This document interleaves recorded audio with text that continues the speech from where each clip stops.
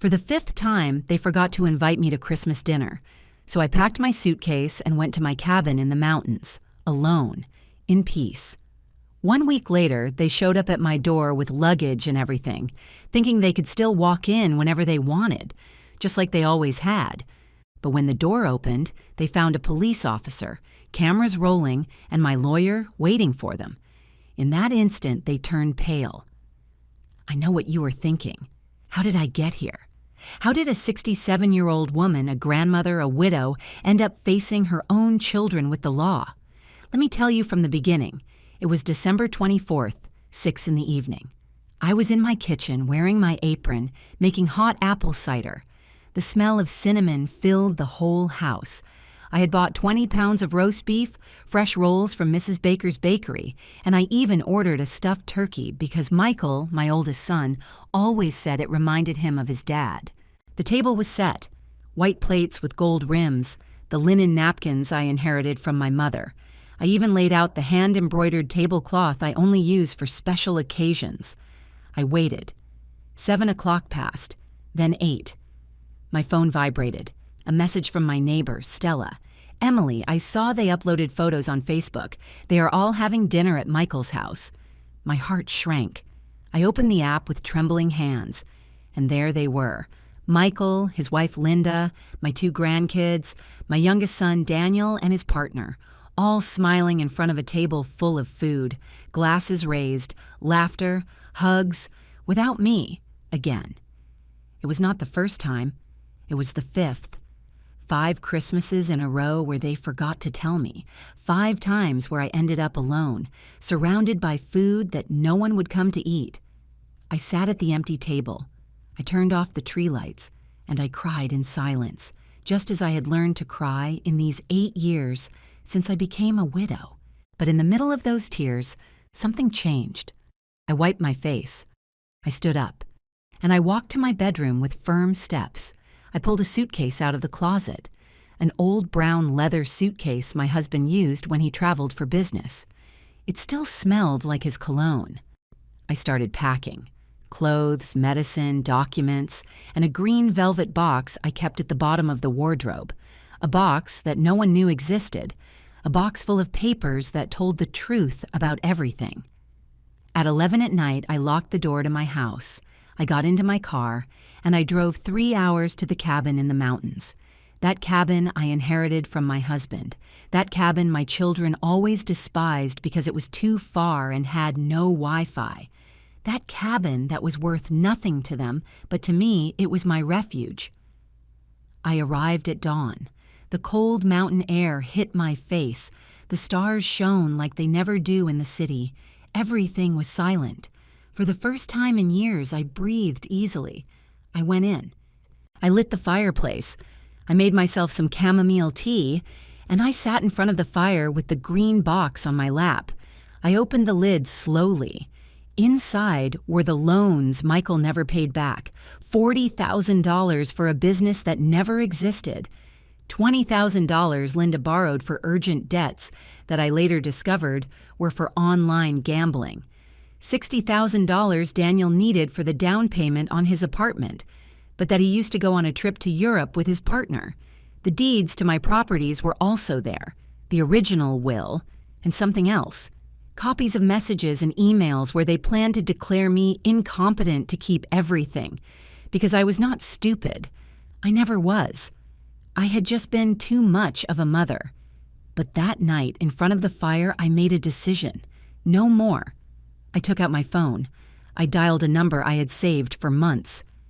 "Mr. Davis," I said when he answered, "this is Emily Parker. I need you to come see me tomorrow morning. I am going to press charges against my children." There was silence on the other end. "Are you sure, ma'am?" More sure than ever in my life. I hung up. I closed the box. And for the first time in a long time, I slept deeply, because I knew that when my children finally noticed my absence, when they came looking for me with their excuses and manipulations, I would be waiting for them, but not alone. And what happened a week later changed everything forever. If you want to know how this story took a turn no one expected, subscribe to the channel Elderly Stories, because what is coming will leave you speechless. Attorney Davis arrived at the cabin the next day, early. He was a man of about 50, serious, with a worn leather briefcase and a look that inspired confidence. We sat in front of the fireplace. I served him pot coffee I had made in the morning. The steam rose between us while I opened the green box. "Mr. Davis," I began, with a firm voice, "I need you to see this." I took out the documents one by one, signed promissory notes, transfer receipts, text messages, emails, everything organized by date, everything marked with notes in the margins that I had written myself. He reviewed every paper in silence. From time to time, he looked up at me, surprised. "Mrs. Parker," he said finally, "you have documented all of this with impressive precision. I have been keeping evidence for years, Mr. Davis, years hoping things would change. But I cannot go on like this anymore." I told him everything. How after my husband died 8 years ago, my children started seeing me differently. I was no longer mom. I was a wallet, a family bank that never charged interest. Michael appeared first. "Mom, I have an incredible business opportunity. I just need $40,000. I will pay you back in 6 months. 6 months turned into 8 years. I never saw a dollar back." Then it was Linda, his wife. She would arrive with red eyes, dramatizing crises that I later discovered were lies. "Mother-in-law, we have a terrible debt. If we do not pay, they will foreclose on the house." I gave her $20,000. The house was never at risk, but her addiction to online casinos was very real. Daniel, my youngest son, the one I thought was different, also failed me. "Mom, I found the perfect apartment. I just need the down payment." I transferred $60,000 to him. A week later, I saw photos on his social media from Paris, London, Rome. He did not even bother to invent an excuse. But that is not all, Mr. Davis. I continued taking out another folder. 3 months ago, they tried to forge my signature. I showed him copies of notary documents, papers where I supposedly authorized the sale of a piece of land my husband left me, a lot valued at $450,000. The signature looked like mine, but I never signed those papers. "This is attempted fraud," said the lawyer, standing up. "Mrs. Parker, with this, we can proceed legally immediately." "Wait," I stopped him. "There is more." I took out my phone. I opened a recording app. I put the audio on speaker. It was a conversation between Michael and Linda. I had recorded them without them knowing during a family lunch 2 months ago when I got up to go to the bathroom and left my phone recording hidden under a cushion. Michael's voice sounded clear. "We need to act fast. My mom is already old. If we can get a doctor to certify that she is not right in the head, we can take control of everything," Linda's voice responded. "Your brother already talked to a lawyer. He says with 2 witnesses and a medical certificate, we can declare her incompetent. Everything would go into a trust, managed by us." Michael laughed. "Poor Mom. Always so trusting, so sentimental. She does not know this is about business, not family." The silence in the cabin was heavy when the recording ended. Mr. Davis looked at me with a mixture of indignation and respect. "Mrs. Parker," he said slowly, "you not only have evidence, you have a solid case. Very solid." I nodded. I felt the tears wanting to come out, but I held them back. I had already cried enough. "I want you to prepare everything, Mr. Davis.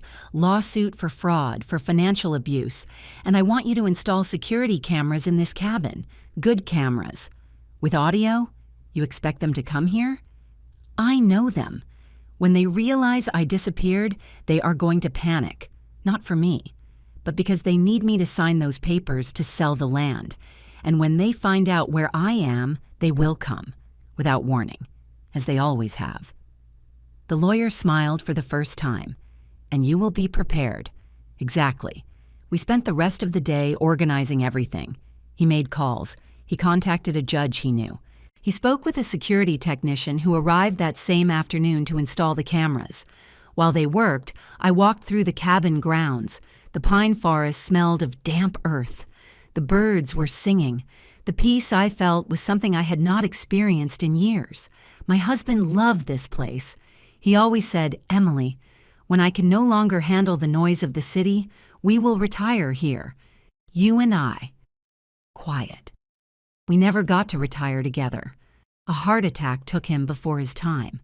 But now I was here, fulfilling that dream, even if I was alone. "Ma'am," the lawyer called me from the door. "All set. The cameras are working. They record automatically when they detect movement." Perfect. That night, when everyone left, I sat on the porch of the cabin with a blanket over my shoulders. My phone started ringing. Michael, Daniel, Linda, messages, calls. I read them all. I did not answer any of them. "Mom, where are you? We need to talk urgently. There are some papers you must sign." I smiled in the dark. Let them wait. Let them search. Because when they finally found me, I was not going to be the same mom as always. The messages did not stop all week. Every morning I woke up with the phone vibrating. 20, 30, 40 notifications, all from them, all with the same tone. First fake concern, then barely disguised demands. "Mom, we are worried. Are you okay? Answer, please. You have us anxious. It has been 3 days. This is not normal. We are going to go to your house." I read each one while drinking my coffee sitting on the cabin porch, and I did not answer. Mr. Davis had advised me, leave them in uncertainty. Let them get desperate. Desperate people make mistakes. And he was right. On the 4th day, the messages changed tone. Michael wrote, "Mom, we need you to come. There are urgent documents for the land. The buyer only waits until the end of the month. If we do not sign, we lose the sale and the $450,000. There it was. The real reason for their concern. Linda was more direct. "Mother-in-law, I do not know what is wrong with you, but this is very selfish of you. We have serious problems and you disappear like a rebellious teenager. Get over the Christmas dinner thing. It was a misunderstanding. Misunderstanding. 5 years in a row of misunderstandings." Daniel tried the sensitive son card. "Mom, if you are upset, let's talk. But disappearing like this solves nothing. We are family. Family does not abandon each other. The irony hurt me. Family does not abandon each other. And what had they done to me?" But I did not answer. I followed my routine in the cabin. In the mornings, I walked through the forest. The cold air cleared my mind. I watched the pines, listened to the river running nearby, collected dry pine cones for the fireplace. In the afternoons, I reviewed my documents over and over again, verifying dates, amounts, details, preparing myself. Attorney Davis came on the 5th day with news. "Mrs. Parker, I hired a private investigator. I asked him to review your daughter-in-law Linda's finances." He took out a folder. Inside were bank statements, screenshots, transaction records. "Your daughter-in-law has active debts on 3 online casino platforms. The total is nearly $100,000. She has been borrowing from loan sharks, dangerous people." I felt a weight in my stomach, not for her, but for my grandkids. 2 teenagers living in that house, with that pressure, with those problems. "There is more," the lawyer continued. "Your son Daniel also has financial problems. He owes back rent, 3 months without paying. The landlord has already started the eviction process. And Michael? Michael is the most calculating. He does not have serious personal debts, but he does need that money from the land. He invested in an import business that is going bankrupt. If he does not inject capital soon, he loses everything." Then it all made sense. They did not need me. They needed my money, my properties, my signature. "And the attempted fraud?" I asked. "I already filed the formal complaint. The notary who authorized those fake documents is being investigated. Your son Michael will be summoned to testify next week." I nodded. The pieces of the puzzle fit perfectly. That night, while the fire crackled in the fireplace, I took out old photographs from a box, photos of when my children were little. Michael in his elementary school uniform, smiling without teeth. Daniel on my lap, hugging me with those chubby little arms. When was everything lost? At what moment did I stop being their mother to become their resource? A tear fell on a photograph. I wiped it carefully. I missed those children. But those children no longer existed. On the 7th day, I received a different message. It was from my oldest grandson, Sam, 16 years old. "Grandma, Dad is furious. He says if you do not appear, they are going to go look for you. Please let us know you are okay. I miss you."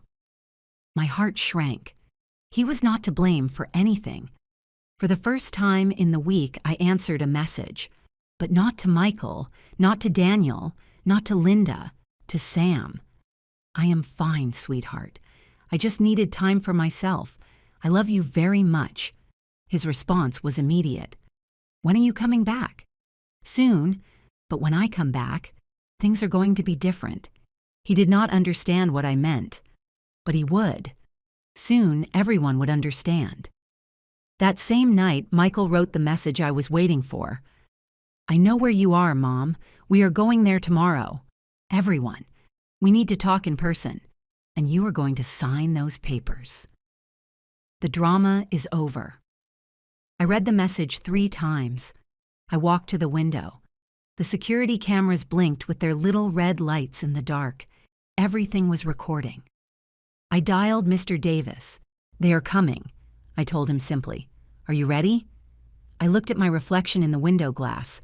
A 67-year-old woman, tired, hurt, but standing, more than ready, and tomorrow everything was going to explode. The morning of the 8th day dawned cold and cloudy. I got up early. I made coffee. I dressed carefully. A burgundy wool sweater, dark trousers, my hair pulled back in a simple bun. I wanted to look dignified, strong. Mr. Davis arrived at 9 with 2 more people.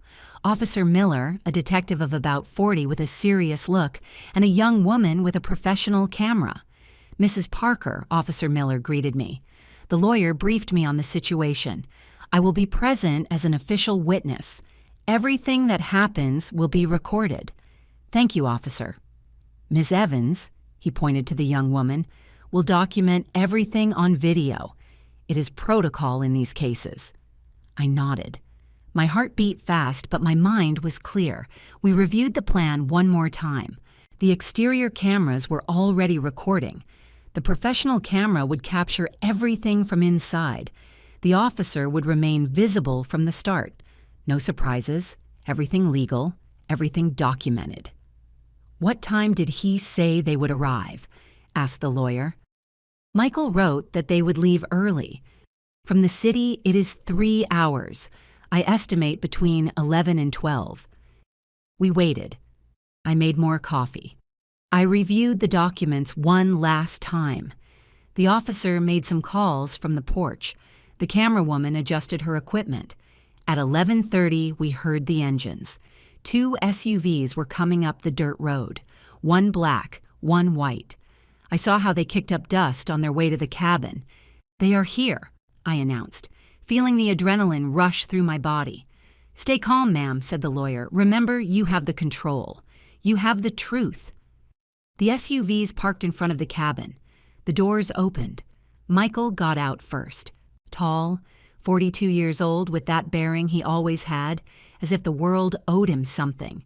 He was wearing dark glasses even though the day was cloudy.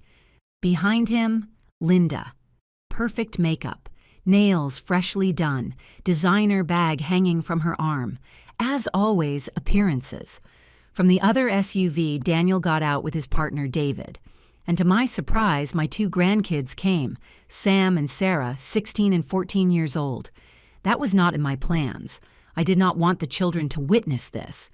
But it was too late. Michael walked to the door with determined steps. He did not knock. He turned the handle directly as he had done all his life, as if this cabin were his. The door did not open. It was locked. He tried again, harder. Nothing. "Mom!" he shouted, banging on the door. "Open up, we came all the way from the city. What games are these?" The expression on Michael's face went from annoyance to confusion in a second, because he did not find me alone. Officer Miller was by my side, in uniform with his badge visible. The camera woman pointed her equipment directly at them, and Mr. Davis stepped out behind me with a folder full of documents. The silence was absolute. "What is this?" stuttered Michael, taking off his glasses. Linda took a step back. Daniel went pale. The grandkids looked at each other, scared. "This," I said with a firm voice, "is the end of many things. Come in. We have to talk." "Mom, I do not understand anything," said Michael, but his voice no longer sounded authoritative. It sounded nervous. "You are going to understand. Believe me, you are going to understand." Officer Miller introduced himself formally. "Detective Stephen Miller. Your mother requested my presence as a witness in this meeting. Everything will be recorded for the legal protection of both parties." Linda whispered something to Michael. He shook his head. "Mom, this is ridiculous. We are your family. Why are there police? Why cameras? What did they make you believe?" "No one made me believe anything, Michael. On the contrary." I finally opened my eyes. Daniel tried to approach. "Mom, if you are upset about Christmas, we are sorry. Seriously. It was a mistake. But this is too much." "A mistake?" I repeated, feeling the ancient rage rise in my throat. 5 years of mistakes?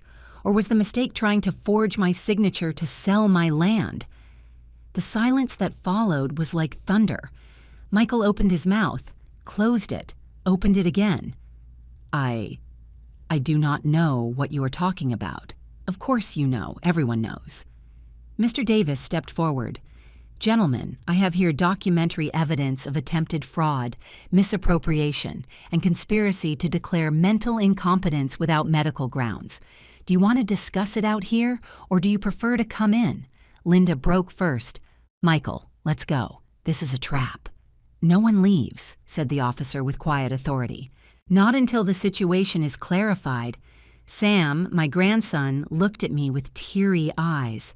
"Grandma, what is happening?" My heart broke, but I could not back down. Something is happening that should have happened a long time ago. My love, the truth. And then began the confrontation that would change everything forever.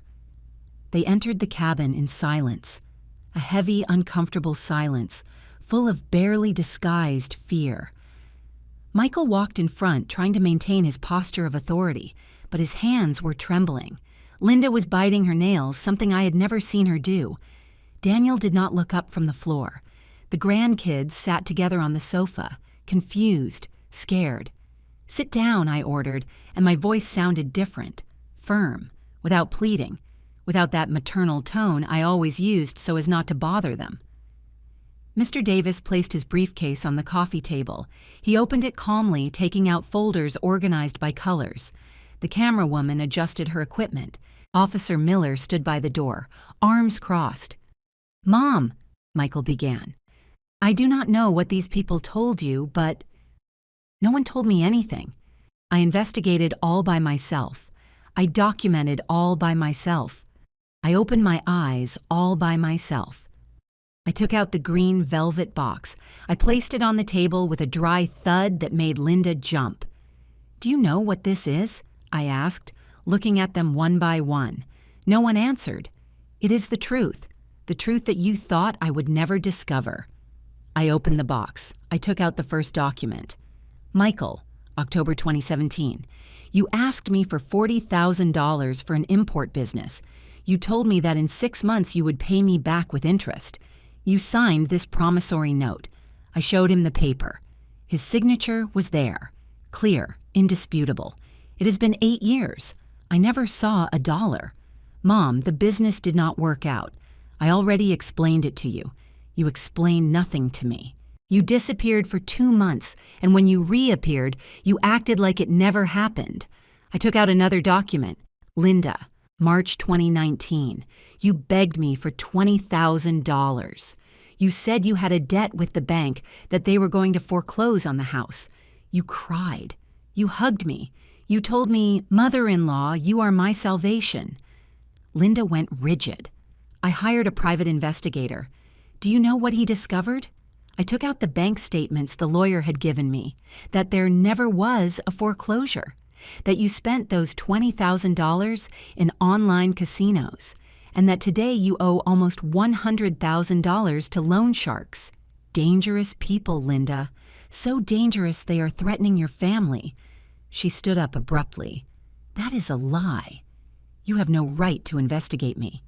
Sit down, said Officer Miller with a calm but authoritative voice. Linda sat down, trembling. I turned to Daniel, my youngest son, the one who was always more affectionate, the one I thought was different. Daniel, June 2020. You asked me for $60,000 for the down payment on your apartment. You said you were finally going to have a home of your own. I felt so proud. Daniel closed his eyes. A week later, I saw your photos in Europe. Paris, London, Rome, 3 months of travel. Where did that money come from, Daniel? Mom, From where? I had savings. Lie, interrupted Mr. Davis, taking out more papers. Your bank account was at zero. The only large deposit was the transfer from your mother. That money funded your trip, and today you owe 3 months of rent. Your landlord started the eviction process 2 weeks ago. David, Daniel's partner, looked at him with disbelief. Is that true? Daniel did not answer. He just buried his face in his hands. Sam, my grandson, stood up. Grandma, I do not understand. Did Dad steal from you? Sit down, Sam, ordered Michael. No, I want to know what is happening. I knelt in front of my grandson. I took his hands. My love, your parents did not steal from me, but they did lie to me. They used me, and when I had nothing left to give, they tried to take the little I had left. How? I looked at Michael. He avoided my gaze. Mr. Davis, I said, show them the documents. Mr. Davis placed the copies of the notary papers on the table, the papers where I supposedly authorized the sale of the land. This reached the public registry 3 months ago. A request for the sale of the property located in the valley, valued at $450,000, with the signature of Mrs. Emily Parker. He passed the documents to Michael. The problem is that Mrs. Parker never signed this. The signature is fake, a pretty good forgery, but fake. Michael looked at the papers. His face went from pale to red. The notary said it was legal.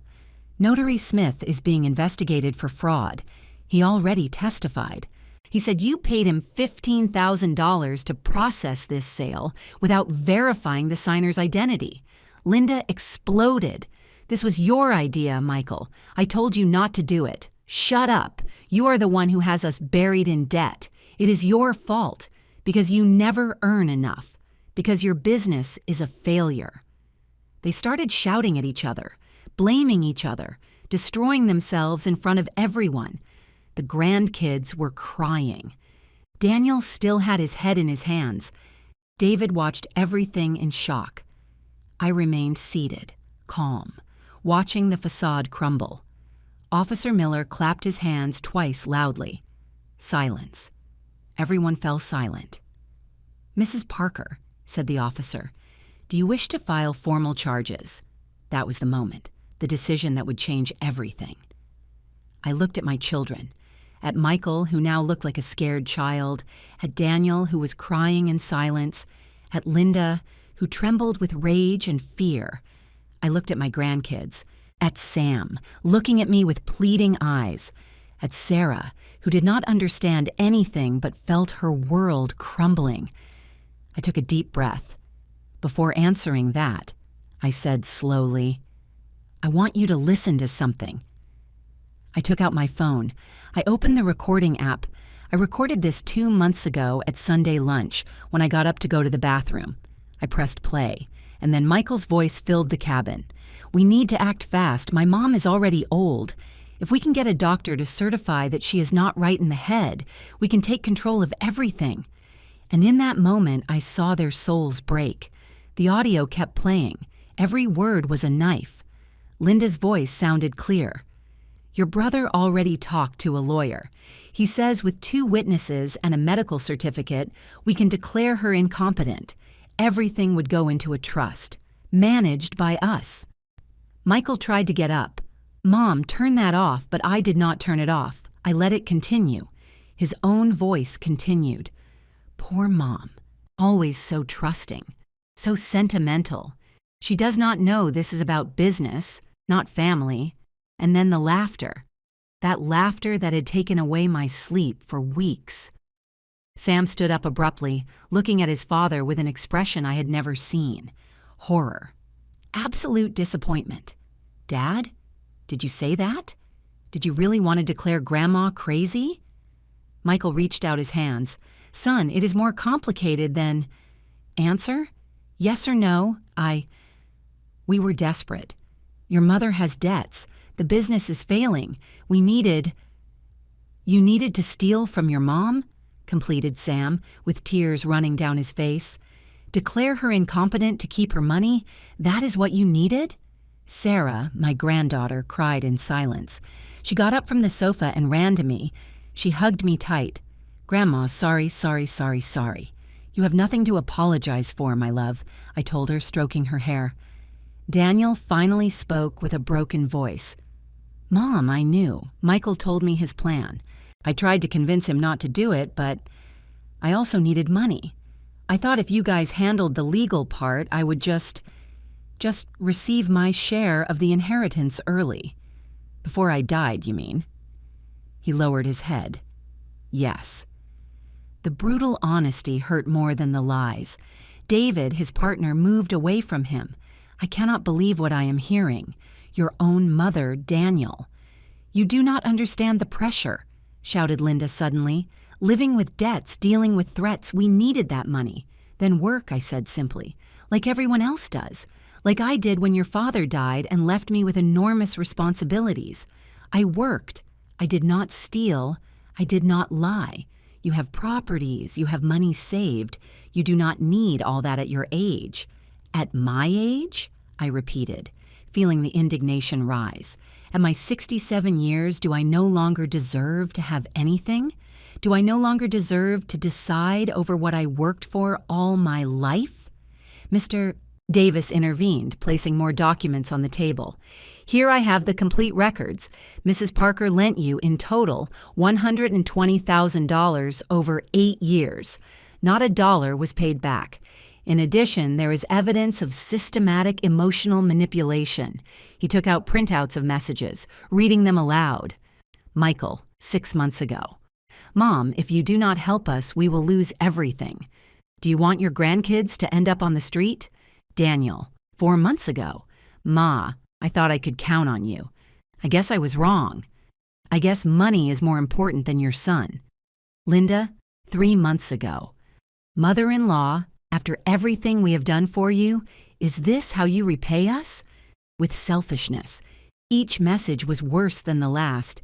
Emotional blackmail, manipulation, manufactured guilt. What did you do for me? I asked Linda directly. Tell me, what did you do? She opened her mouth, but nothing came out. I opened my house to you. I gave you my money. I watched your children when you needed free time. I cooked for your parties. I kept your secrets. I forgave your forgetfulness. And when I had nothing left to give, when you had squeezed me to the last drop, you wanted to take the only thing I had left, my dignity. My voice broke on the last word, but I did not cry. I had cried enough in my life. Officer Miller checked his watch. Mrs. Parker, I need you to decide. Do you proceed with criminal charges or do we reach a family settlement? Everyone looked at me, waiting, fearing. I looked at Michael. He avoided my eyes. I looked at Daniel. He pleaded with me in silence. I looked at Linda. She hated me. I could see it in her gaze.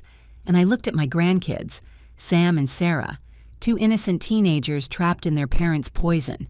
I want to make a proposal, I said finally. Mr. Davis tensed. Ma'am, remember that. I know, Mr. Davis, but I want them to decide. I stood up. I walked to the window. Outside, the pine trees swayed in the wind. Everything was peace out there. Everything was war in here. I have 2 options for you, I began. Option 1. I press formal charges. Michael faces accusations for attempted fraud. Linda, too. Daniel, for complicity.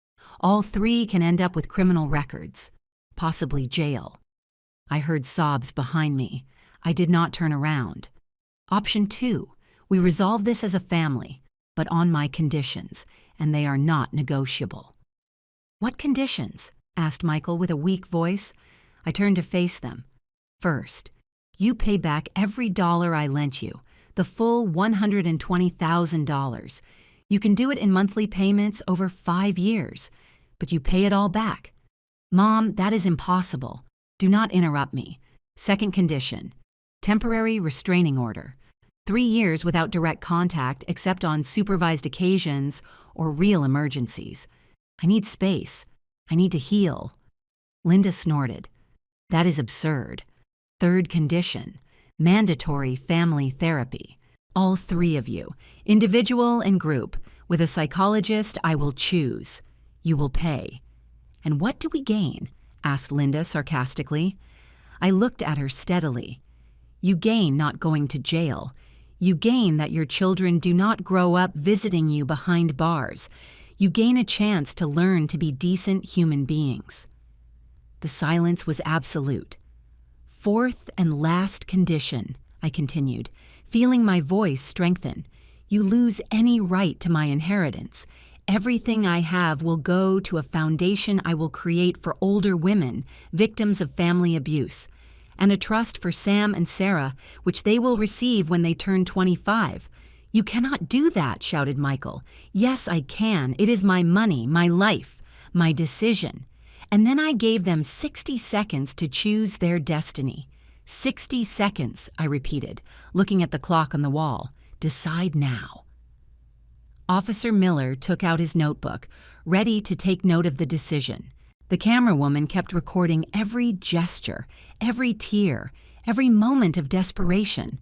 Michael looked at Linda. She shook her head, furious. Daniel looked at the floor, hands trembling. This is madness, said Linda. You are blackmailing us. No, I corrected calmly. I am giving you a way out, something you never gave me. But $120,000? Where are we going to get that kind of money?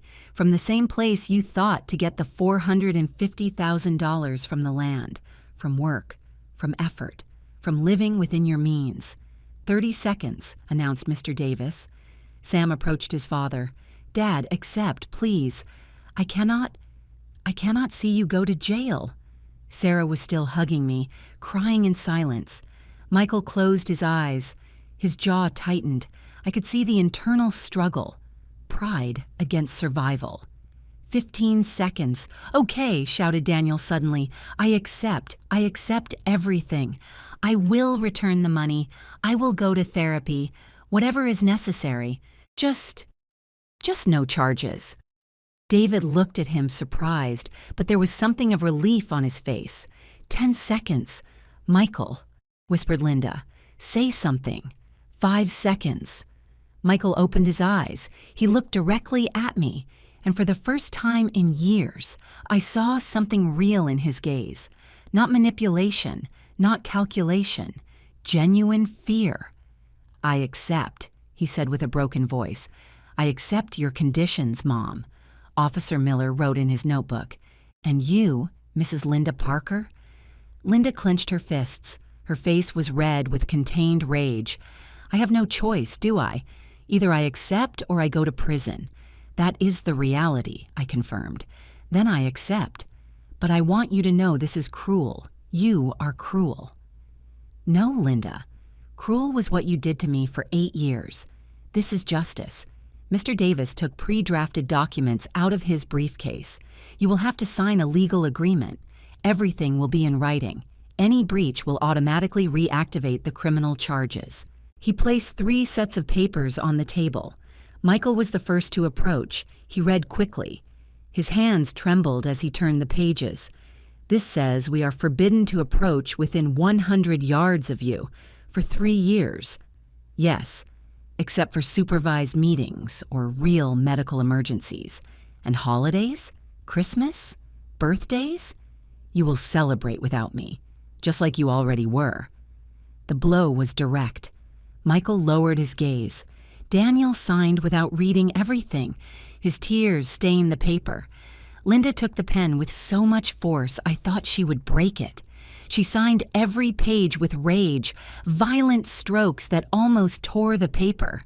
"Done." She spat the words. "Are you happy now? Did you humiliate us enough?" "I did not humiliate you. You humiliated yourselves with your actions." Mr. Davis collected the signed documents. "Officer, can you certify as a witness?" "Of course." The officer signed too, officially sealing the agreement. Sam was still looking at his father with a devastated expression. "Dad, did you really do all that? Did you really plan to declare her incompetent?" Michael tried to approach his son, but Sam stepped back. "Do not touch me. Right now, I do not want you to touch me. Son, please, you lied to me. For years you told me Grandma was difficult, that she exaggerated. And all this time, it was you. You were the problem." Sarah separated from me and walked to her mother. "Mom, is the casino thing true? Is it true we have debts?" Linda did not answer. She just looked away. "Mom?" "Yes," she admitted finally with a hard voice. "I have problems. But that does not give your grandmother the right to destroy this family. I did not destroy anything," I said firmly. "You had already done that job long before today." Mr. Davis put all the documents in his briefcase. "The first payment must be made on February 1st. It is $2,000 a month for 60 months. The transfer details are in the agreement." "And therapy?" asked Daniel with a weak voice. "I will send you the psychologist's details. The first session must be within 2 weeks. If you miss 3 consecutive sessions, the agreement is broken." Michael ran his hands through his hair, desperate. "How are we going to pay all this? The business is broke. Linda's debts." "That is no longer my problem," I said simply. "You created this disaster. You fix it. But we are your family. Family does not steal. Family does not betray. Family does not plan to destroy its own members." Officer Miller cleared his throat. "Mrs. Parker, is there anything else you need?" "Yes, for them to leave. We are done here." Linda was already walking to the door. "Let's go. I cannot stand another minute in this place." Michael grabbed his jacket. Daniel wiped his tears. But Sam and Sarah stayed still. "Grandma," said Sam with a trembling voice, "are we forbidden to come too?" My heart shrank. Those kids were not to blame for anything. "You can visit me whenever you want, my loves. You are innocent in all of this." "Really?" asked Sarah with hope. "Really? In fact," I looked at the lawyer, "I want the agreement to make it clear that the grandkids can visit me freely, with or without their parents." "It will be so," confirmed Mr. Davis. Sam ran to me and hugged me tight. "Sorry, Grandma. Sorry for not realizing sooner what was happening. You do not have to apologize for anything. You are a good boy." Michael watched the scene from the door with an indecipherable expression. "Sam, Sarah, let's go," he ordered. "In a moment, Dad," answered Sam without letting go of me. And in that moment, Michael understood he had lost something more than money or property. He had lost the respect of his own children. Linda was already in the SUV, honking impatiently. But Michael remained standing in the doorway, immobile, looking at me with an expression I had not seen in years, vulnerability. "Mom," he finally said with a hoarse voice, "I never wanted us to get to this, but we got here. Because of your decisions, because of your lies. I was desperate. The business, I lost so much money. Suppliers cheated me. Imports were delayed. Clients canceled. Everything fell apart in months. And your solution was to rob me? It wasn't going to be robbery. I thought with the money from the land, I could save everything, pay you back what I owed you, start over." "Lie," interrupted Mr. Davis. "The emails we have show you planned to split the money 3 ways. Nothing was destined to pay Mrs. Parker back." Michael closed his eyes.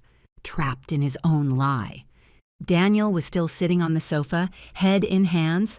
David was by the window, arms crossed, processing everything he had heard. "Daniel," I said, looking at my youngest son. "Look at me." He raised his eyes slowly. His eyes were red, swollen.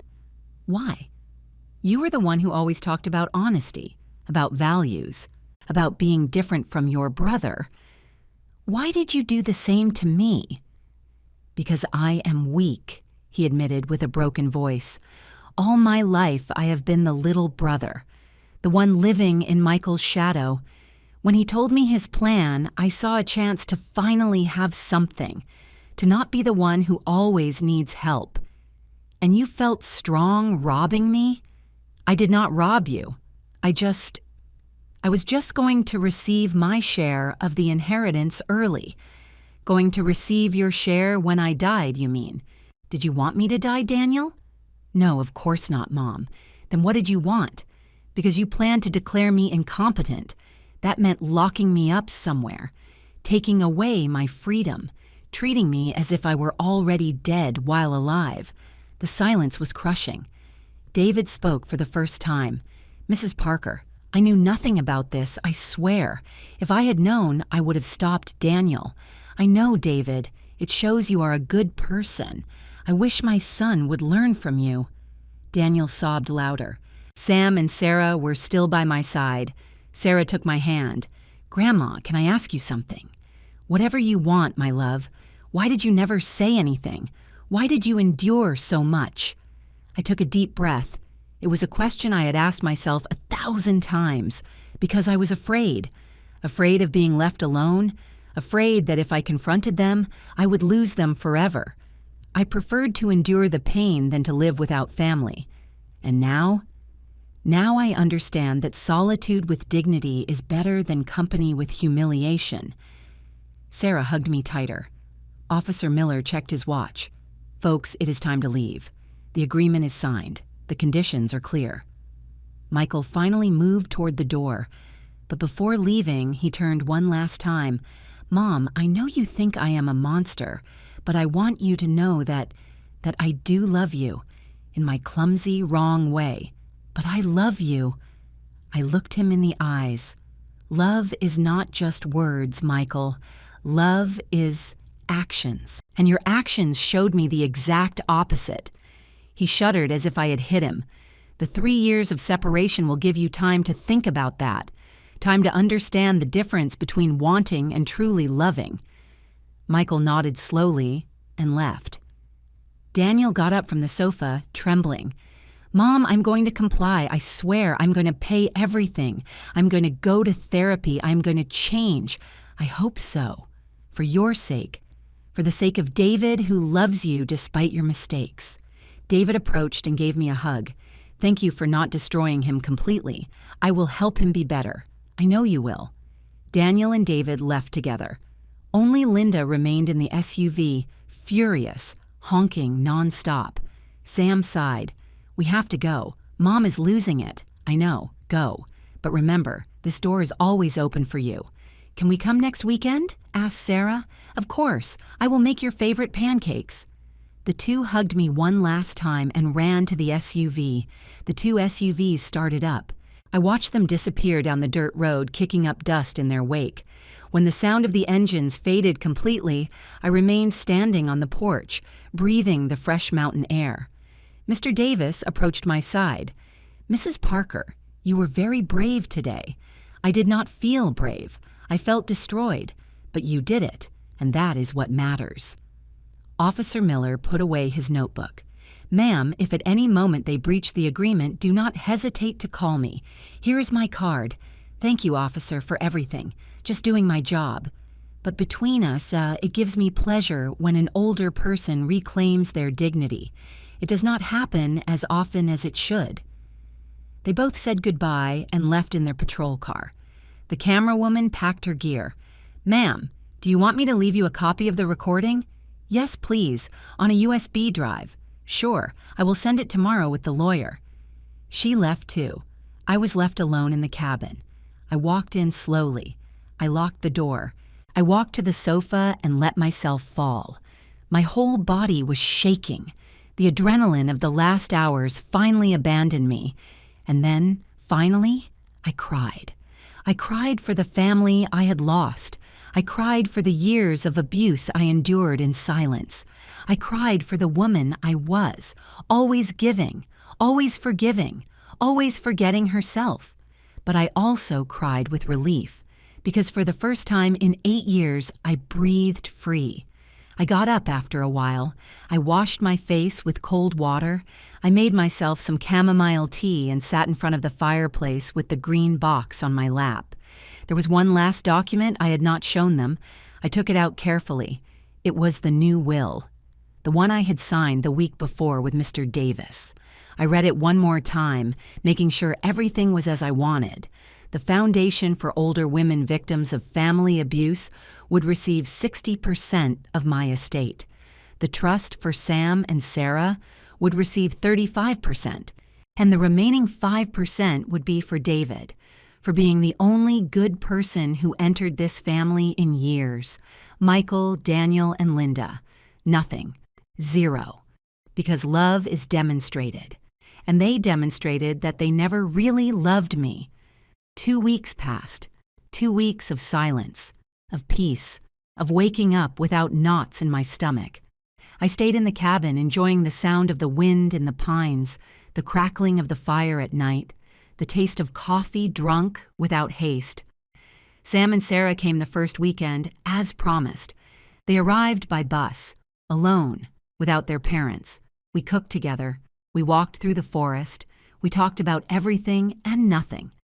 I told them stories of when their grandfather was alive, of when their dad and uncle were good boys, before money changed their hearts. "Grandma," Sam asked me while we were chopping vegetables for dinner, "do you think Dad can change?" "I want to believe it," I answered honestly. "But real change only comes when one hits rock bottom. And I am not sure your dad has hit rock bottom yet. Mom is worse," said Sarah in a low voice. "She screams all the time. She blames Dad. Dad blames her. The house is hell. It hurt to hear it. But it was not my responsibility to fix it." "Do you know anything about Uncle Daniel?" I asked. "I talked to him a few days ago," said Sam. "He sounds different, more serious. He said he started looking for a second job to pay faster. I am glad to hear that." The following Monday, I received a call from Mr. Davis. "Mrs. Parker, I have news. Daniel made his first payment, $2,000 complete, 2 weeks before the deadline." I felt something warm in my chest, surprise, hope. "And Michael?" There was a pause. "Michael has not transferred anything, but there are 2 weeks left. I understand. Also, Michael's wife, Linda, tried to contact me. She wants to renegotiate the terms of the agreement. Renegotiate. She says they are very harsh, that they cannot comply, that we should consider forgiving 50%. I laughed. It was a bitter laugh, but a laugh nonetheless. "Tell her there is no renegotiation. The agreement is signed. Either they comply or face charges. It is that simple. I will tell her that." I hung up and stared out the window. Linda had learned nothing. She was still looking for shortcuts, easy exits, ways to avoid consequences. But Daniel paid. That night, I lit a candle in the small chapel my husband had built by the cabin. I prayed for my children, for their lost souls, for the possibility of redemption. The next morning, while baking cinnamon rolls, I heard a car approach. My heart raced. The cameras were still working. If it was Michael violating the agreement, it would be recorded. But when I looked out the window, I saw an unknown car, a gray sedan, old but well kept. The door opened and Daniel got out. Alone. He walked to the door and knocked softly. I hesitated a moment. Then I opened. "Mom," he said with a trembling voice, "I know I should not be here. I know the agreement says 3 years without contact, but I need to tell you something. You have 5 minutes." He nodded. He did not come in. He stayed on the porch as if he did not deserve to enter. I paid my first installment, and I am going to pay all the others. I got a night job at a warehouse. By day, I stay at my regular job. I sleep little, but I deserve it. I am glad to hear it. I also started therapy. The psychologist asked me when I stopped being myself, and I did not know how to answer because I do not remember ever being myself. His eyes filled with tears. I was always the little brother, the one who lived comparing himself, the one who was never enough. And when Michael offered me a way to be someone, I took it without thinking, no matter who I hurt. You hurt me, Daniel. I know, and I am going to carry that the rest of my life. He wiped his tears with the back of his hand. But I came to tell you something more important, something you need to know. What is it? Linda is planning something. I heard a phone conversation 3 days ago. She was talking to someone about challenging the agreement and getting witnesses to declare that you were under duress. I felt a chill. Witnesses. People she is going to pay to lie. She says if she can prove you signed the agreement under coercion, they can annul it. That is illegal. I know. That is why I came. Because you gave me a chance to redeem myself. And I am not going to let Linda destroy you again.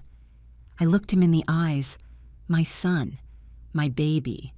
The boy I rocked in my arms 40 years ago. Does Michael know about this? I do not know.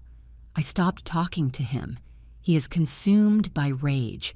He blames everyone but himself. I took a deep breath. Thank you for warning me, Daniel. Are you going to do something? I am going to call the lawyer. He will know how to proceed. Daniel nodded. He was leaving when I stopped him. Daniel, wait. He turned around. Is David okay? Is he supporting you? A small smile appeared on his tired face. David is the best thing that happened in my life. He puts up with me. He pushes me to be better.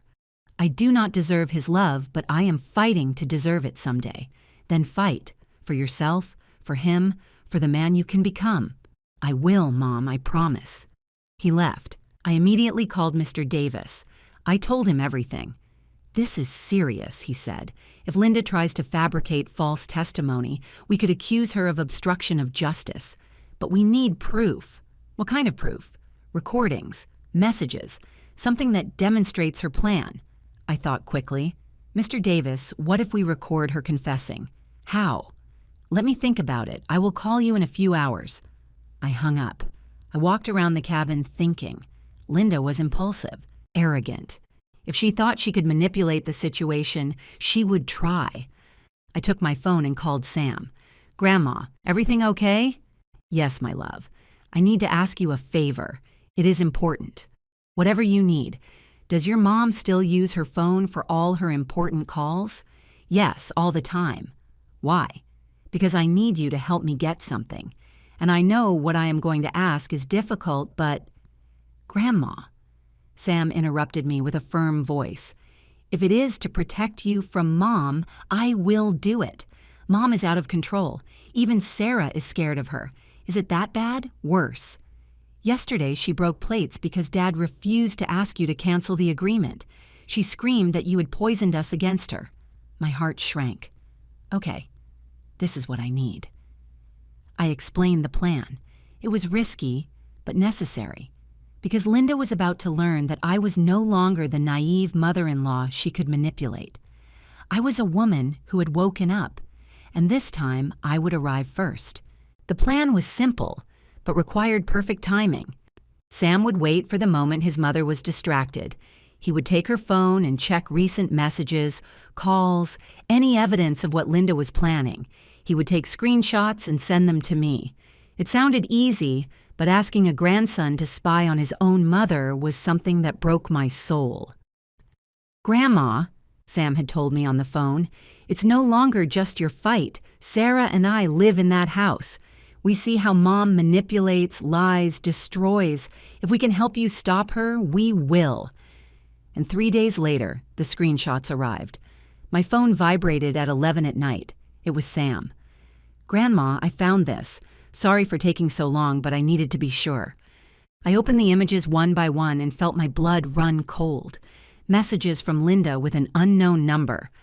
How much do you charge to testify that the old lady was confused when she signed? $5,000. Half now, half after the trial. Deal. Do you know the family well?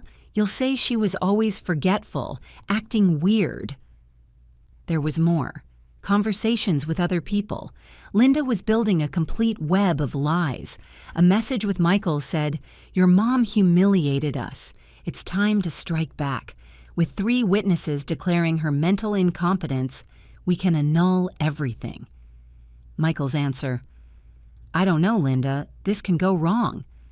Do you prefer to lose millions or grow a pair and recover what is ours?" Michael did not respond further, but he did not stop her either. I saved all the screenshots. I forwarded them to Mr. Davis along with a message.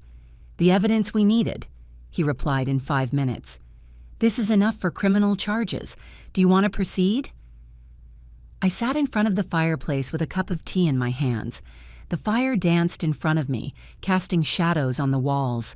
Did I want to send the mother of my grandkids to jail? I thought of Sam and Sarah, of how they would suffer if their mother faced criminal charges. But I also thought of all the women Linda had hurt with her manipulation, of how she would keep hurting if no one stopped her. "Proceed," I wrote finally, but with one condition. Which one? I want to confront her first, face to face, give her one last chance to confess and retract. "Ma'am, that can be dangerous." "I know, but I need to do it." The lawyer agreed reluctantly. We organized everything for the following Friday. That morning, Linda received an official citation. She had to appear at the cabin with her lawyer to discuss irregularities in the compliance of the agreement. She arrived at 2 in the afternoon with a young, nervous lawyer who clearly did not know what he was getting into.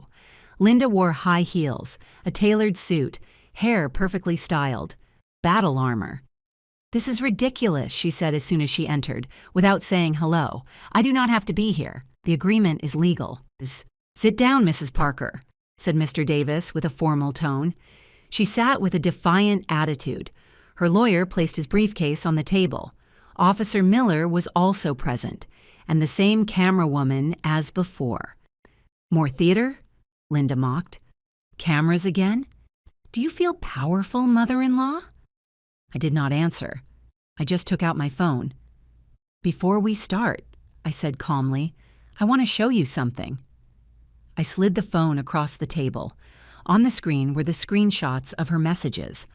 Linda looked at them. Her face went from arrogance to confusion, then to pure panic. "Where did you get that?" "It does not matter where. It matters what it says." Her lawyer took the phone and read. His expression changed immediately. "Mrs. Parker," he said with a tense voice, "did you write these messages?" Linda did not answer. "I am asking you officially. Did you attempt to bribe witnesses to commit perjury?" Silence. Mr. Davis intervened. "Mrs. Linda Parker, these messages constitute evidence of conspiracy to commit procedural fraud, bribery, and attempted obstruction of justice. These are serious crimes that can result in prison from 5 to 10 years. Linda went pale. I just what? I asked. Just tried to destroy me again? Just looked for more ways to steal, lie, manipulate? You had no right to humiliate us like that. All this is your fault. My fault? My fault that you have a gambling addiction? My fault that you indebted your family? My fault that you planned to declare me incompetent to steal my properties? We had needs. We had rights. You had no right over my life nor my money." Her lawyer closed his briefcase. "Mrs. Parker, I cannot represent you in this. I am sorry." He got up and left without looking back. Linda was left alone, trembling. "I have 2 options for you," I said, taking back my phone. "Option 1, I present these messages formally. The district attorney proceeds with charges. You go to trial and probably to prison." She sobbed. Option 2, you sign a full confession, admit everything you did, accept permanent restraining order from me, not just 3 years, and enter a rehabilitation program for gambling addiction. Paid by you. And Michael? She asked with a broken voice. Michael has his own path. But he did not attempt to bribe witnesses. You did. What about my children? Sam and Sarah can visit me whenever they want. But you will have no contact with me ever again. That is cruel. No. Cruel was what you did to me for years. Mr. Davis placed a document in front of her. You have 5 minutes to decide. Linda read the document with tears running down her face. It was a full confession. Every lie, every manipulation, every plan to destroy me. If I sign this, I do not go to jail. If you fulfill everything agreed, therapy, restraining order, payments. No. She took the pen with a trembling hand. She signed. But before leaving, she looked at me with pure hate. Someday you are going to die alone, bitter old woman, and no one is going to cry for you. I smiled sadly. I prefer to die alone with dignity than to live surrounded by vipers. She left slamming the door. Officer Miller put away the signed confession. Mrs. Parker, officially, this closes the case. Unless she breaches. Thank you, officer. When everyone left, I remained seated in the silence of the cabin.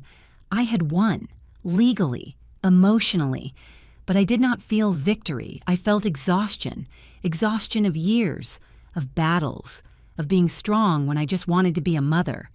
That night, I called Sam. Grandma? How did it go? It went well, my love. Your mom signed a confession. She will not go to prison if she fulfills the conditions. And Dad? Your dad has until tomorrow to make his first payment. If he does not do it, there will also be consequences. There was silence. Grandma, is all this worth it? So much pain? I looked at the flames in the fireplace. Yes, Sam, because for the first time in my life, I am worth more than my money. I am worth more than what I can give. I simply am worth. And that lesson, although painful, was the most important one I could teach him. February 1st arrived, payday. I woke up early with a knot in my stomach. I checked my phone every 5 minutes waiting for the bank notification. At 8 in the morning, the first transfer came in. $2,000, Daniel, punctual again. I felt a flash of pride. My youngest son was complying. At 9, nothing from Michael. At 10, nothing. At noon, I called Mr. Davis. Michael has not paid. I know. I already tried to contact him. He does not answer calls. What do we do? The agreement is clear. If he misses the first payment, criminal charges are automatically reactivated. But you have the final say. I hung up and stared out the window. The pine trees swayed with the cold February wind. Michael, my oldest son, the one born first, the one who made me a mother. Was I really going to send him to face charges? My phone rang. It was Sam. Grandma, I need to talk to you. Tell me, my love. It is about Dad. He is bad. Very bad. Bad how? Yesterday, his company went bankrupt. Creditors took everything. The office, the vehicles, even the computers. The sheriffs arrived and took everything. I felt a weight in my chest. And that is not the worst, continued Sam with a broken voice. Mom left him. She said she was not going to sink with him. And you guys? Sarah? We stayed with Dad. Someone has to be here. But Grandma, I have never seen him like this. He is on the sofa, without showering, without eating. He just stares at the ceiling. He does not speak. I closed my eyes. Pain, rage, sadness. All mixed. Where are you now? In the house. But a notification came from the bank. They are 2 months behind on the mortgage. They are going to lose the house, too. Sam, listen to me well. You and Sarah can come stay with me. Always. This cabin is your refuge. And Dad? That was the question. The question I had been avoiding. Your dad has to hit rock bottom. Completely. It is the only way he will learn. Grandma, he already hit rock bottom. He already lost everything. Not everything. He still has you. Sam sobbed on the other end. I do not know what to do. Come tomorrow. The three of you. Your dad too. Seriously? Seriously. But under my conditions. I hung up and called Mr. Davis. Mr. Davis, do not reactivate the charges. Yet. Ma'am, give me 3 days. Just 3 days. Okay. But after that, legally, I must proceed. The next day, Michael arrived with his children. He got out of a borrowed car with wrinkled clothes, days-old beard, deep circles under his eyes. He was not the arrogant man who had arrived weeks ago. He was a ghost. Sam and Sarah entered first. Michael stayed outside, as if he did not deserve to enter. "Come in," I said from the door. He entered slowly, without looking me in the eyes. "Sit down." He sat on the sofa. The kids went to the kitchen, giving me space. I made coffee. I served him a cup. He held it with trembling hands, but did not drink. "I lost everything," he said finally with a hollow voice. "The company, the savings, the house, my wife, everything. And now what? I do not know. Honestly, I do not know. Are you going to blame me?" He looked up for the first time. His eyes were red, empty. "No, I can no longer blame anyone else. It was my fault. Everything was my fault." It was the first time I heard him admit it without excuses. "Do you know what your biggest mistake was, Michael? Trying to rob you? No. Your mistake was believing that money made you somebody, that having more gave you value, that owning things was the same as being someone." He lowered his head. "Your dad taught you to work hard. I taught you to be honest. But at some point you decided those lessons did not matter, that there were shortcuts. I am sorry, Mom. I know it is not enough, but I am sorry. It is not enough. But it is a start." He drank a sip of coffee. He was trembling. "I have no way to pay you. I have nothing. I know. So what do? Do I go to jail?" I took a deep breath. This was the decision I had been postponing. "I have a different proposal." "Which one?" "I forgive the entire debt, the $40,000. You do not have to pay me." Michael raised his head abruptly, confused. "What?" "But with conditions." "What conditions?" "First, you come live here, at the cabin, with me, you and the kids." "What?" "Second, you work. There is a lumber yard half an hour from here. The owner knows your dad. I called him. He will give you a job. Physical work, hard, low-paying." Michael blinked, processing. "Third, you go to therapy. Every week, without exceptions." "And for how long?" 1 year. You live here, you work, you go to therapy, you save every dollar. At the end of the year, if you fulfill everything, I help you start over. A small investment for an honest business. Small, humble. I do not understand. Why would you do this? I got up and walked to the window. Because I am still your mother, and mothers do not abandon, even if their children abandon them. Michael broke down. He cried like he hadn't cried since he was a child. Deep, heart-wrenching sobs.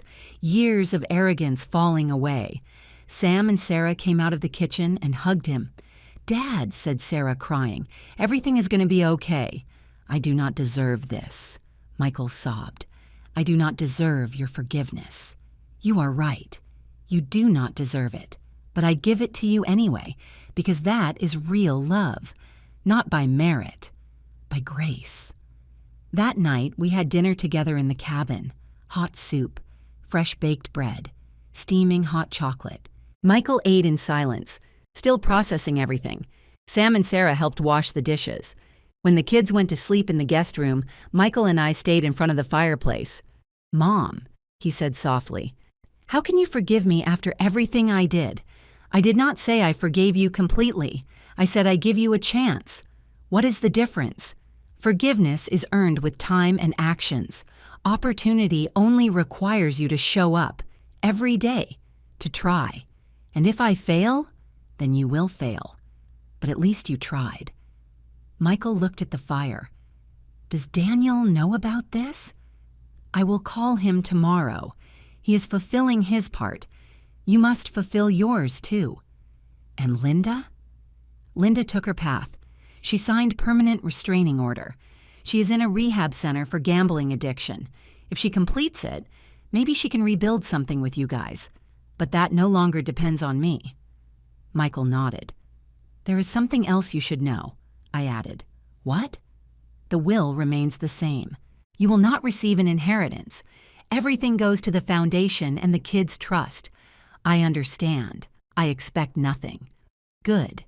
Because this is not about money. It is about becoming the people our loved ones deserved us to be." And that night, for the first time in years, I slept knowing that maybe, just maybe, my son could find his way back to himself. A year passed, 12 months of transformation, of pain, of growth. Michael fulfilled every condition, every single one. He worked at the lumber yard from 6 in the morning. He came home with rough hands, aching back, bruised pride, but intact dignity. The first months were terrible. I heard him cry in his room some nights. 42-year-old man used to suits and offices, now carrying logs and operating heavy machinery. But he did not quit. Every Thursday he went to therapy with the psychologist in town. He returned quiet, reflective, processing layers of his own darkness. Sam and Sarah finished the school year living in the cabin. They adapted well, better than well. They blossomed away from the toxic environment of their previous home. Sarah got the best grades of her life. Sam discovered he liked working with wood and started learning carpentry at the lumber yard on weekends. Daniel made every payment, all 60, without missing a single one. In March, he called me crying. "Mom, I made the last deposit. The $60,000 complete. With interest. I am proud of you. I never thought I could do it. But David helped me. He kept me focused. He made me believe I could be better. He is good for you. I know. That is why I proposed to him. And he said yes. My heart filled with joy. When? In 2 months. And we want you to be the one to marry us. Well, give a blessing. Be part of everything. I will be there." Linda completed her rehab program. 6 months committed. She came out different, thinner, more serious, without the manic shine in her eyes. She called me in September. "Mrs. Parker, I know I signed permanent restraining order, but I wanted to call to ask for forgiveness. For real. Without manipulation. Without an agenda. What did you learn, Linda?" There was a long pause. "That addiction controlled me for years, that I used everyone around me as resources, that I destroyed my own family for a void I could never fill with money or emotions. And now I am learning to live with myself, to not need the adrenaline of the game, to face my problems head on. I am glad to hear it. Will you ever be able to forgive me? Someday. Maybe, but that day is not today. I understand. Thank you for not sending me to jail, for giving me this opportunity." She hung up. I did not know if I would hear from her again, and that was okay. In November came the first Christmas since everything exploded. Sam and Sarah decorated the cabin with lights and ornaments. We put a small tree near the fireplace. Daniel and David arrived 2 days before. They brought gifts, food, laughter. Michael cooked dinner, roast turkey, mashed potatoes, salad, hot cider. He made it all with his own hands. On the night of December 24th, we all sat around the table. Michael, Daniel, David, Sam, Sarah, and me. "I would like to say something," Michael began, standing up. We all looked at him. A year ago, I was another person, a horrible person, arrogant, manipulative, willing to destroy my own mother for money. His voice broke. Daniel put a hand on his shoulder. "This year taught me that hitting rock bottom is painful, but necessary. I lost everything material, but I found something I had forgotten, my humanity." He looked at his children, Sam, Sarah. "Sorry for not being the father you deserved, for prioritizing appearances over real love." They both were crying. Daniel. "Sorry for dragging you into my plans, for contaminating you with my sick ambition." Daniel nodded, wiping his tears. "And Mom." Michael looked directly at me. Sorry for forgetting who you were, for seeing you as a resource and not as the extraordinary woman who gave me life, raised me, loved me even when I did not deserve it.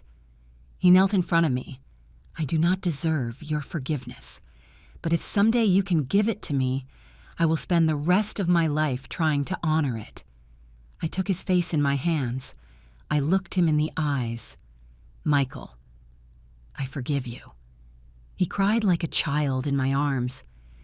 After dinner, while the others washed dishes and sang carols, I went out to the porch. The sky was clear. The stars shone like diamonds over the snowy pines. Daniel came out behind me with 2 cups of hot chocolate. Mom, what are you thinking about? About your dad, about how much I miss him still. He would be proud of you, of how you handled all this. You think? I know.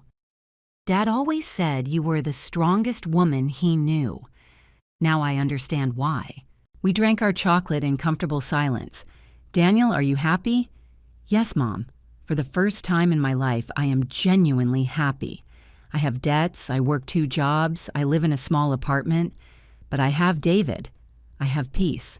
I have dignity. Then you are rich. He smiled. Yes, I guess I am. The following days were magical. We walked through the forest, played board games, told stories, laughed. On January 1st, while everyone slept, I opened my diary. I had started writing a year ago, documenting everything. The betrayal, the pain, the fight, the redemption. I wrote the last entry. Today, I am 68 years old. I am no longer the woman who expected crumbs of love from her children.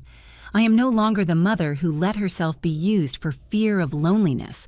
I lost a family, but I gained something more valuable. I recovered myself.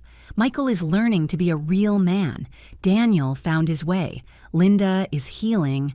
Sam and Sarah grow in an environment of genuine love. And I finally understood that dignified solitude beats humiliating company. The cabin everyone despised became our refuge, the place where a broken family learned to rebuild itself, not with money, with truth, with consequences, with tough love, but real. My foundation for older women will open in March. We will help others like me find their voice, their strength, their dignity. Because no one should wait until 67 years old to learn that they are worth who they are, not what they can give. I closed the diary. I looked out the window. The sun was coming out behind the mountains, painting the sky orange and pink. A new year, a new life. Sam came out of his room, sleepy. Grandma, are you awake? I could not sleep. I was thinking. About what? That sometimes losing everything is the only way to gain what really matters. He hugged me tight. I love you, Grandma. I love you too, my love. Michael made coffee. Daniel made pancakes. David put on music. Sarah danced in the kitchen, and I, sitting at my table, watched them. My family, broken, imperfect, rebuilding itself, but real, finally real. Because true wealth is not in what you possess, but in what you do not allow them to take away. Your dignity, your peace, your self-love. And that no one will ever take from me again. If this story touched your heart, if you ever felt used, forgotten, or undervalued, leave me your comment. Tell me where you are watching us from and what lesson you take from Emily's story. Like if you believe it is never too late to recover your dignity. And subscribe to the channel Elderly Stories for more real-life stories of brave women who learn to put themselves first without guilt, because we all deserve love. But first, we must learn to love ourselves. Thank you for accompanying me to the end. Until the next story.